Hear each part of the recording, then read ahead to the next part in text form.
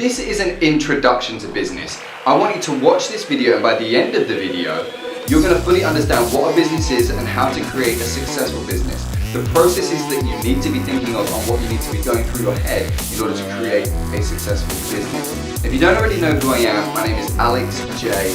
I've made multiple six figures online. I have an online business. I'm also a business consultant, and I help businesses around the world make their businesses more successful.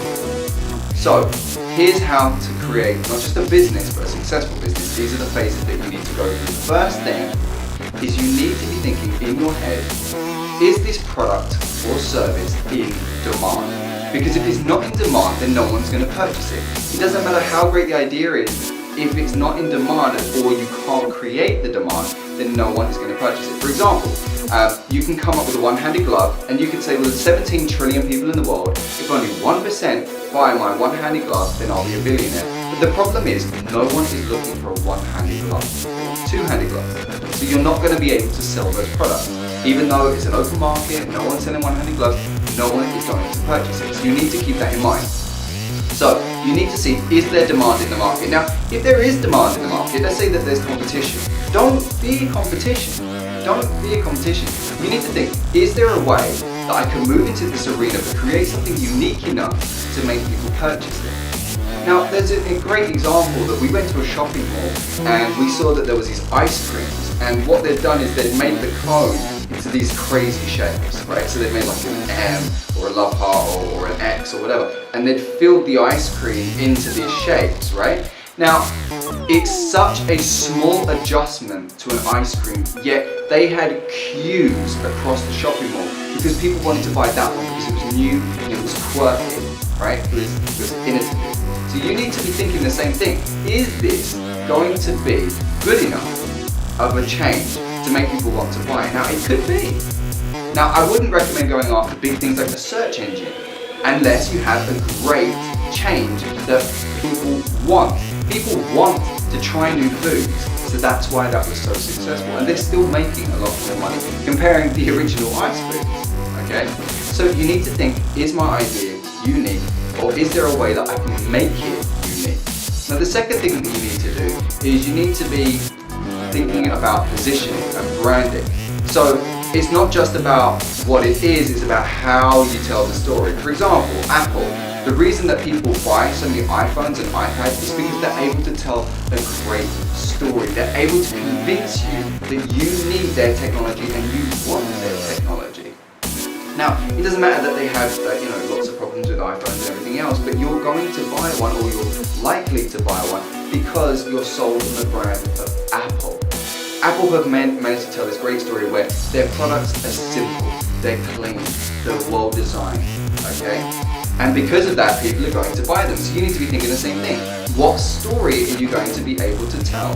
Let's say, for example, you're going to move into the candle industry and you're going to sell candles. What is it that's unique about your candles? Are they handmade? Are they handcrafted? Because that's a great visualization that you can do if you're selling them around Christmas time. Because it will be handmade by, Auntie Betty. Auntie Betty is making these handcrafted candles, and they're delivered in the old wrapping in the style of 1980s. And people are more likely to buy that because the older generation, they're going to say, that's how I remember things. Maybe not 1980s, that's not that long ago. Maybe I should have gone a bit further. Maybe 1940s or 1920s. That's, how they were made. And if you can sell that story of, this is how it was originally made, this is how it was originally concepted, and this is what we're going to deliver to you via bicycle, we're going to cycle to your home to deliver this. People will buy it because you managed to sell them the story. So you need to be thinking the same thing. Can you create a story around your product or service? Why do people care enough to buy from you and not somewhere else? Now, the great thing about coming up with a story is it's going to allow you to not just have to compete with price. It means you're able to put your prices higher, but people are still going to purchase from you. Why? Because you've sold them on the story, or you've sold them on the quality. Okay? So for example, again, Apple, they've got a very high price for a lot of their products, but people will buy it because they managed to sell their story to you about quality and product design and everything else. And because of that, you're more likely to purchase them.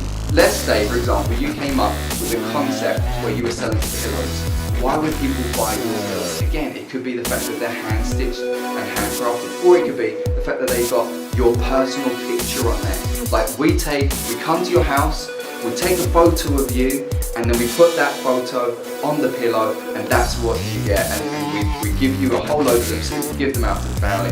Again, you're going to be able to put a higher price on those pillows comparing standard pillows because it's more customized, it's more personalized, right? And because of that, again, you're going to be able to increase the profit margin on that product. Now, there's so many ideas that you can come up with that match all of those. The third thing you're going to have to do, again, is to do with the way that you're positioning it, which is kind of what I was talking about before, but it also goes on to how you're going to market the product. So when you're doing online marketing, for example, if I was doing the pillows, I'm going to have to make sure that I do localized ads. So I'm going to target them via Facebook or YouTube or Instagram. I'm going to target those ads directly to those people. I'm going to say, look, these are the perfect products for you because you have an interest in home decor or decoration, or you have an interest in home design. Okay, so because of that, I'm going to be able to target those ads directly to you, and then the story, the ad that I'm going to do, I would have a video ad. I'd have a professional studio come into the house and taking these photos, and then I'd have them put on to the pillow, and then I'd have the family smiling and everyone around the fireplace smiling, which is great for Christmas. So that kind of visualization and positioning is going to allow you to put the price higher, because when they watch that ad, they're going to feel emotional towards it. They're going to feel that this is good for them. Okay? The fourth thing that you also want to be considering is the price. Are you going to be competing on price or not?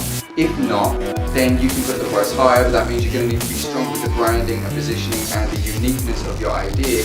If you're going to be competing on price, it means you're going to have to sell a lot of quantity, which means it's going to have to be in high demand, okay, which means you're going to have to sell more of it. So let's say, for example, that your product, you were selling, let's say footballs. I'm going to have to think, right, I'm going to need to sell a lot of footballs in order to make money.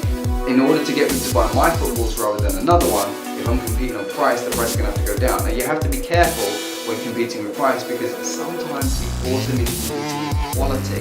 Because if your quality is a lot lower, because the price is a lot lower, then you need to be thinking, is this good for the consumer? Is this good for the customer? Now, the fifth thing that you have to consider is, how do you get someone to buy from you again and again and again? Because it's all good and well having someone buy something from you once, but you need people to buy from you multiple times if you want to have residual income. So for example, if you're selling food, if the food's delicious and people like it, then they'll come back again.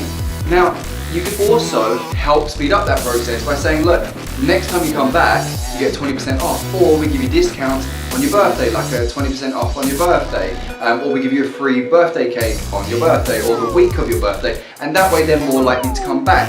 If you're selling things such as flowers, then obviously flowers deteriorate. But if the flowers were able to live a long time, then again you can also follow up with them at Valentine's Day, at Christmas, on their birthdays. If you get the data, like when they come and buy from you, hey, by the way, when's your birthday? Oh, my birthday is on XYZ. Fantastic. Note that down. What about your wife?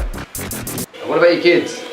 Right? And then you're able to then email them or give them a call before, like a week before or 2 weeks before, and then you can prompt them and say, look, we've already got these bouquets, they're limited stock, we've only got X amount, we'd love to get you some out for your birthday.